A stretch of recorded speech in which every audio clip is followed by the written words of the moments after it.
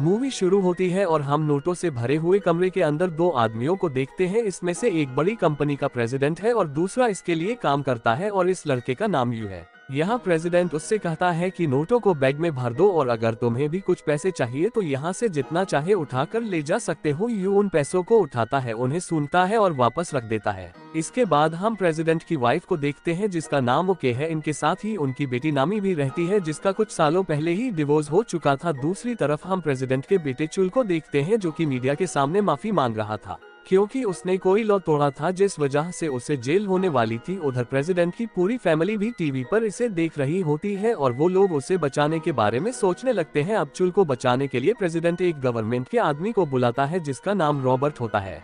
फिर ये लोग उसे बहुत सारे पैसे देते हैं और कहते हैं कि चुल को जेल नहीं होनी चाहिए। रात को रॉबर्ट इन्हीं के साथ डिनर करता है और वहीं प्रेसिडेंट यू को बोलकर रॉबर्ट के कमरे में कैमरे लगवा देता है ताकि वो पैसे लेकर यहाँ से भाग ना पाए। डिनर के बाद ओके अपनी बेटी नामी के साथ मूवी देख रही होती है और वहीं पास में यू भी खड़ा होता है। तभी ओके उससे कहती है कि बाहर जाकर प्रेसिडेंट को बुलाकर लाओ। फिर जब यू प्रेसिडेंट को बुलाने जाता है तो वो देखता है कि प्रेसिडेंट घर की मेड जिसका नाम एवा है उसके साथ इंटीमेट हो रहा है।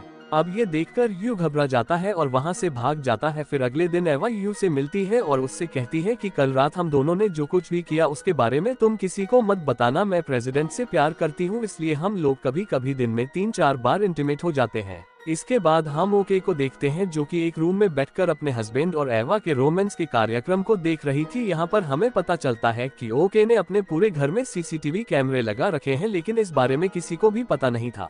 अब अपने हस्बैंड के कार्यक्रम में उसे मजा नहीं आ रहा था इसलिए वो बेहतर एक्सपीरियंस के लिए हेडफोन लगा लेती है। लेकिन फिर कुछ देर बाद पता नहीं उसे क्या होता है कि अचानक से वो गुस्सा हो जाती है और उस हेडफोन को तोड़ देती है। फिर अगले दिन ओके एवा से पूछती है कि क्या तुम अपने बच्चों से मिलने फिलीपींस नहीं जा रही हो, जिस पर एवा उससे कहती है कि मुझे वहां पर जाने की जरूरत नहीं है क्योंकि कुछ ही दिनों में मेरे बच्चे यहाँ आने वाले हैं। अब ये सुनकर ओके समझ जाती है कि ये औरत हमारी पूरी दौलत हथियाने वाली है इसलिए वो एवा के पास जाती है और उसका गला दबाने लगती है जिसको देखकर एवा भी समझ जाती है कि इस बुढ़िया को सब कुछ पता चल चुका है। अगले सीन में हम एवा के बच्चों को देखते हैं जो कि फिलीपीन से वापस आ चुके हैं थे। वहां पर प्रेसिडेंट उन्हें लेने जाता है जिसके बाद वो सभी बीच पर एंजॉय करने जाते हैं। अब यहाँ पर प्रेसिडेंट को लग रहा था कि कल रात को यू ने जो कुछ भी देखा वो सब कुछ उसने ओके को बता दिया होगा, लेकिन यहाँ पर यू कहता है कि मैंने किसी को कुछ भी नहीं बताया है। लेकिन वहाँ पर नामी को भी पता चल जाता है कि उसके डैड का नौकरानी के साथ अफेयर चल रहा है। इसके बाद नामी घर आकर ओके को यू को काम से निकाल देने को कहती है लेकिन ओके ऐसा नहीं करती। इसके बाद नामी सोने चली जाती है और यू भी वहाँ से जा ही रहा होता है लेकिन तभी ओके उसे रोक लेती है और उसे रूम में ले जाकर शेड्यूस करने की कोशिश करती है। यू उसे रोकने की कोशिश करता है लेकिन वो बुढ़िया उसकी कुछ नहीं सुनती और उसके कपड़े उतारने लगती है जिसके बाद दोनों वहीं पर इंटीमेट हो जाते हैं। फिर अगली सुबह जब यू को होश आता है तो वो अपने आप को कोसने लग जाता है कि उसने ये क्या कर दिया और अपने इसी गिल्ट के चलते वो ओके के पास जाकर नौकरी छोड़ने की बात करता है। लेकिन ओके उसे कहती है कि तुम नौकरी नहीं छोड़ सकते और कल रात को हमारे बीच में जो कुछ भी हुआ तुम उसे भूल जाओ। भले ही मैं बूढ़ी हो चुकी हूँ लेकिन कभी कभी मेरा भी मन करता है। इसके बाद ओके यू को सीसीटीवी रूम में ले जाती है और उसे हेडफोन लगाकर खुद बाहर आ जाती है और अपने हस्बैंड और बच्चों से बातें करने लगती है।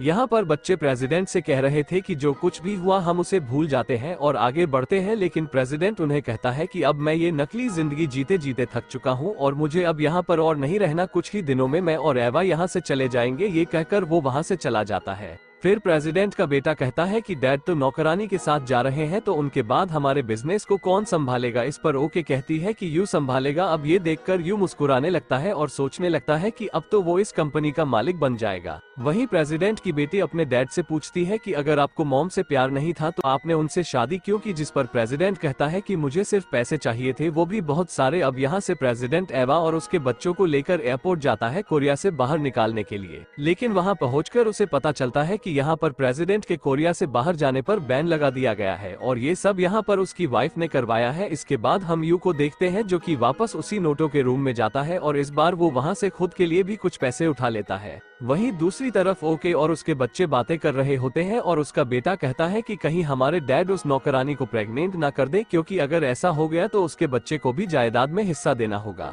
इस बात पर ओके चुल से कहती है कि तुम फिक्र मत करो, मुझे तुम्हारे डैड की हरकतों के बारे में पहले से ही पता था, इसलिए मैंने चुपके से उसकी नसबंदी करा दी थी। तभी वहाँ पर यू आता है और उन्हें कहता है कि बधाई हो, एवा प्रेग्नेंट है। और जल्दी ही प्रेसिडेंट बाप बनने वाले हैं। अब ये सुनते ही वो सभी लोग शॉक्ड हो जाते हैं और यहाँ पर ओके एवा को मरवाने का प्लान बनाती है। अगले दिन प्रेसिडेंट नोटो के रूम में से कुछ पैसे लेने जाता है, लेकिन तभी वो देखता है कि वहाँ से सारा पैसा गायब है। फिर जब वो बाहर आता है तो उसे ओके मिलती है और वो उसे और एवा को अपने घर पर बुलाती है। वहीं दूसरी तरफ ओके का बेटा अरेस्ट हो जाता है और यहाँ पर ओके कुछ गुंडे भेजकर एवा को मरवा देती है। इसके बाद हम यू को देखते हैं जो कि एक रूम में बैठकर चोरी के नोटों को गिन रहा होता है। वहीं वो कैमरे में भी देख रहा होता है क्योंकि उसे पता है कि ओके कहीं न कहीं से बैठी उसे देख रही होगी। फिर जब प्रेसिडेंट घर पर आता है तो वहाँ पर उसे एवा की डेड बॉडी स्विमिंग पूल में तैरती हुई मिलती है। अब ये देखकर प्रेसिडेंट पागल हो जाता है और उसे बचाने के लिए स्विमिंग पूल में कूद जाता है, लेकिन तब तक एवा मर चुकी थी।